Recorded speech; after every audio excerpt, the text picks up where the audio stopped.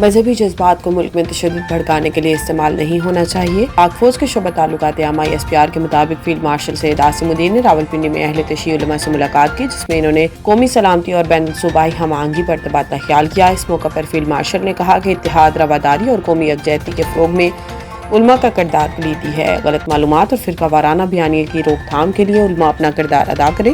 Chief of defence forces field marshal Asim Munir کا کہنا تھا کہ پاکستان میں تشدد کی اجازت نہیں دی جائے گی۔ مذہبی جذبات کو ملک میں تشدد بھڑکانے کے لیے استعمال نہیں ہونے چاہیے۔ انہوں نے مزید کہا کہ افغان طالبان اپنی سرزمین پاکستان کے خلاف دہشت گردی کے لیے استعمال ہونے سے روکے۔ پاکستان کے خلاف افغان سرزمین کا استعمال کسی صورت برداشت نہیں کیا جائے گا۔ دہشت گردوں اور ان کے ٹھکانوں جہاں کہیں بھی ہوئے نشانہ بنایا جائے گا۔ ISPR کے مطابق علماء کی جانب سے تشدد کی پرزور مذمت کرتے ہیں اور امن و استحکام کے لیے سیکورٹی اداروں کی حمایت کا اعلان بھی کیا۔ ISPR کے مطابق آپریشن غزب الحق سے متعلق فیلڈ مارشل نے دہشت گردوں کے مکمل خاتمے کا عزم بھی کیا۔ عرب اسلامی ممالک کا ایران سے ہمسایہ ملکوں کے خلاف حملے فوری روکنے کا مطالبہ۔ اجلاس کے دوران سعودی وزیر خارجہ فیصل بن فرحان نے خلیجی ممالک پر ایرانی حملوں کو ناقابل قبول قرار دیتے ہوئے کہا کہ سعودی عرب ایران حملوں کے بعد فوجی کارروائی کا حق محفوظ رکھتا ہے۔ خطاب کے دوران سعودی وزیر خارجہ فیصل بن فرحان کا کہنا ہے کہ ایران خطے میں کشیدگی بڑھا رہا ہے۔ ایران ہمسایہ ممالک کے خلاف جارحانہ رویہ اپنا رہا ہے۔ انہوں نے کہا کہ مسئلے کے حل کے لیے مذاکرات کی حمایت جاری رکھیں گے۔ وزرائے خارجہ اجلاس میں پاکستان کی طرف سے نائب وزیر اعظم اسحاق ڈار نے شرکت کی۔ دفتر خارجہ کے مطابق پاکستان تمام ممالک پر حملوں کے خاتمے پر زور دے گا۔ اجلاس میں آذربائیجان، بحرین، شام، قطر، ترکی، متحدہ عرب امارات نے شرکت کی۔ کویت، اردن اور مصر کے وزرائے خارجہ بھی اجلاس میں شریک ہوئے۔ عرب اور اسلامی ممالک کے مشاورتی اجلاس کے اعلامیے میں خطے پر ایرانی حملوں کی پرزور مذمت کی گئی۔ اعلامیے کے مطابق ایران خلیجی ممالک کے سول انفراسٹرکچر کو نشانہ بنا رہا ہے۔ ایران ہوائی اڈوں، تیل تنصیبات، سفارت خانوں اور عوامی مقامات کو نشانہ بنا رہا ہے۔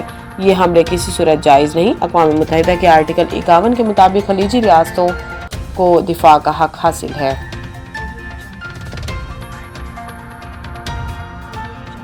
صدر مملکت نے اہم ترمیمی بلز تقرری سول اعزازات سزاؤں میں خصوصی کمی کی منظوری دے دی۔ ایوان صدر سے جاری اعلامیے کے مطابق منظور کیے گئے قانون سازی کے اقدامات میں پاکستان شہریت ترمیمی بل 2026، اخباری ملازمین شرائط ملازمت ترمیمی بل 2026، زکوٰۃ و عشر ترمیمی بل 2026، نیشنل آرکائیوز بل 2026، پاکستان نام و علامات روک تھام و غیر مجاز استعمال ترمیمی بل 2026 شامل ہیں۔ اس کے علاوہ associated press of Pakistan corporation ترمیمی بل 2026، نیا Pakistan housing and development authority ترمیمی bill 2026، Pakistan electronic media regulatory authority ترمیمی بل 2026 اور دانش یونیورسٹی اسلام آباد بل 2026 کو بھی منظوری دی گئی۔ صدر مملکت نے بلوچستان کے کوٹہ کے تحت اعزاز اسلم ڈار کی بطور رکن federal public service commission FPSC تقرری کی بھی منظوری دے دی۔ پروفیسر سرور محمد خواجہ، راشد ملک اور زین العابدین احسن کو ان کی خدمات کے اعتراف میں ستارہ امتیاز دینے کی بھی منظوری دی گئی۔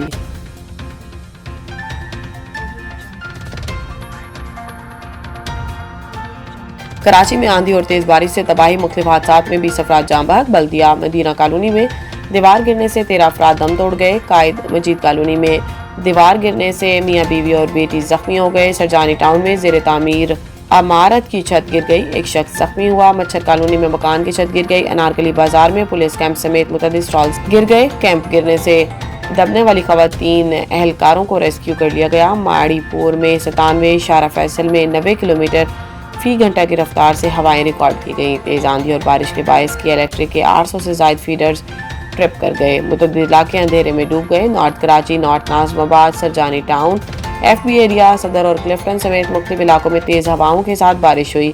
Kent railway colony, Delhi colony, Gulshan colony, Gulshan Jamal اور گارڈن میں بھی تیز ہواؤں کے ساتھ بارش ہوئی ہے۔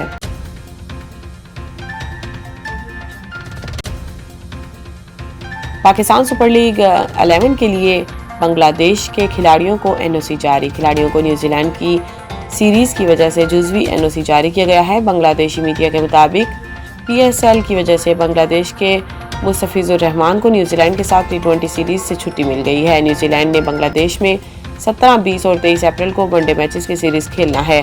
T20 میچز کی سیریز 27 اپریل، 29 اپریل اور